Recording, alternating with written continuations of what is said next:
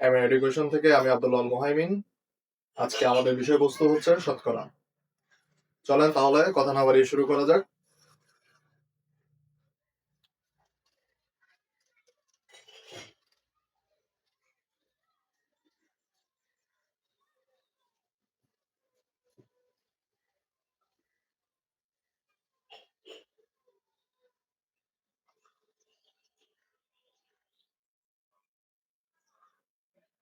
আমরা 0.2 কে শতকরায় প্রকাশ করব। আমরা কিসেকে প্রকাশ করব? প্রথমে 0.2 কে শতকরায় প্রকাশ করব।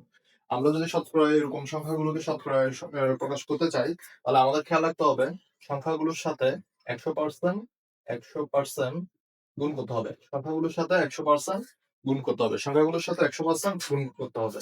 তাহলে আমি যদি 0.2 কে 100% দিয়ে গুণ করি, তাহলে কি হয় দেখা যাক। চলেন প্রথমে দশমিকটাকে মনে মনে তুলে দিই। তাহলে 2 দিয়ে যদি আমরা 100 কে গুণ করি, তাহলে কত হবে? 200।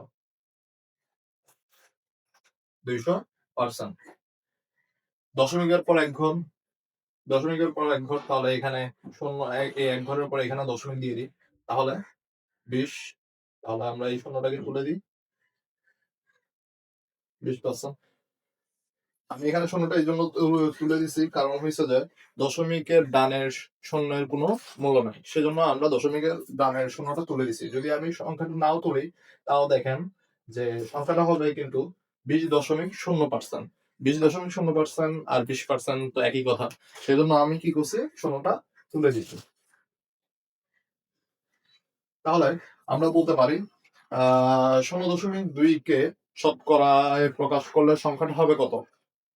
20%।